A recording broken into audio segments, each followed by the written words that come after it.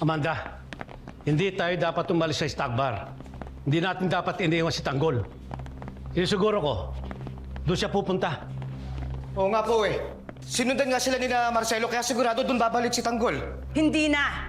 Hindi tayo pwede maging sunod-sunuran sa lahat ng gusto ni Tanggol. Primo, may sarili tayong buhay. At meron din tayong mga kalaban. Dadagdagan pa ba natin yun? Hindi naman sa ganun, Amanda. Kaya sumasali tayo kay Tanggol para lumakas ang grupo natin. Hindi eh. Sa nakikita ko, nagkakanda letse-letse na tayo. Nagkakanda sabit-sabit na tayong lahat. Nag-aaway-away na nga tayong lahat. Intindihan na lang natin yung bata. Marami siyang pinagdadaanan sa buhay. Pag naayos yung problema niya, maayos yung desisyon niya sa buhay. Primo, matigas ang ulo ni Tanggol. Parati ko pinagsasabihan niya pero hindi nakikinig yan. Kaya tingnan mo, parati napapahamak. Galit na nga ang tatay niya sa kanya eh. At isinusuka na yan sa kanila. Ang Berting, hindi naman po sa ganun. Hindi lang po siya naunawaan eh. At hindi nila iniintindi. Mabait naman po talaga si Tanggol eh. Mainitin na po yung ulo. Totoo po yun. Siyempre! Yan ang sasabihin ninyo. Mga kaibigan niya kayo eh.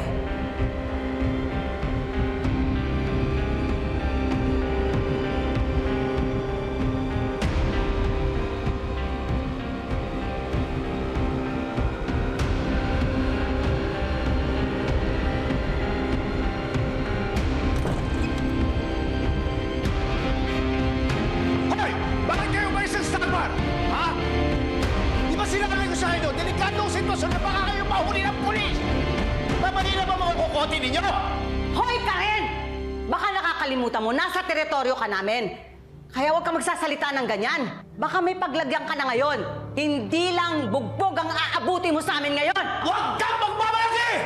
Maliit na grupo lang kayo! Ano ang kanin sa sarili ninyo? Kaya ko yung tapusin ngayon din! Kayong lahat! Tama na! Walang pupuntahan ng pag-uusap natin kung mag-aaway-away lang tayo.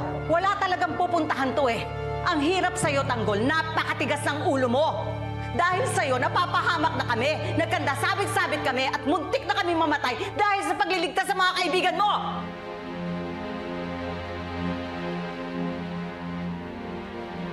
Pasensya na. Alam ko marami ako sablay.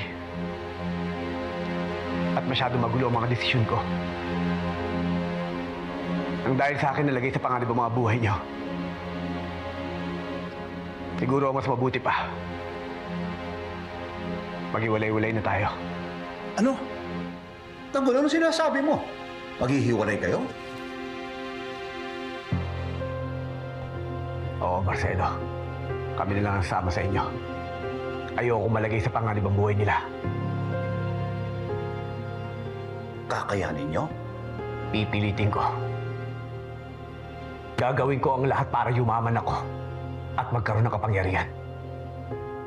Para makaganti ako sa mga tao may atras sa akin. Tama yan. Gusto ko yan. Yan dapat ang pag-iisip kung gusto mo magbago ang buhay mo. Tanggol, si Mayor, ba't di mo sana?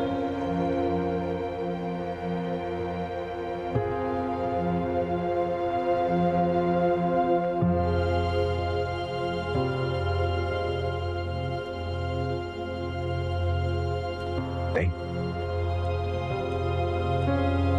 Patay na si Mayor. Pati si Bubbles. Yan ang sinasabi ko sa'yo, Primo. Kapag sumunod tayo kay Tanggol, mamamatay tayong lahat.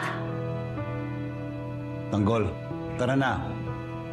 Kung ayaw nilang sumama at maniwala sa'yo, pwede ka namang maghanap ng ibang mga kasama. Tara.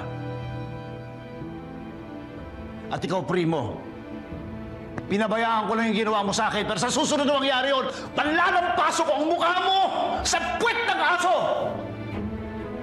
Tara na!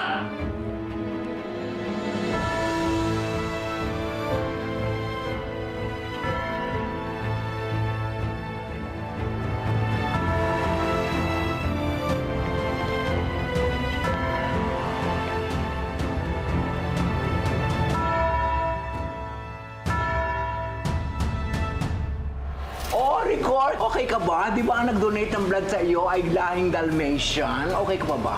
Tumahimik ka. Makinig kayo. Huwag nyo nang tangkain na magsimula pa ng gulo, lalo na kay Lena. Intindihan mo? Diyos ko! O narinig nyo na. Matuto kayong lumugar sa bahay na to. Tama ang desisyon ninyo na huwag sumama kina Primo at Amanda. Wala silang mararating. Gagawin natin ang lahat para yumaman tayo. Saan ka pupunta? Ikaw ang isa sa mag-aayos ng kasal. Hindi ako wedding planner. Huwag kang basos, ha? Kausap mo ang tatay mo! Hindi kita tatay, di ba? Sabi mo, ampun lang ako. Kaya humanap ka ng aalipinin mo. Aalis tayo. Makikipaglibing ako kay Bubbles at kay Mayor. Sigurado ka ba na darating yung mga pugante? Sigurado ako. Darating si Tanggol at mga kasama niya. Kuya, bakit tuminto? Ba yung kaibigan ng nanay mo? Oo, si Alimbing. FPJ's Batang Quiapo. Super Kapamilya is getting more exciting with new exclusive experiences to enjoy. Be a Super Kapamilya now! Kapag na-miss mo, pwedeng balikan. Pwedeng panoorin ang videos at playlists na gusto mo.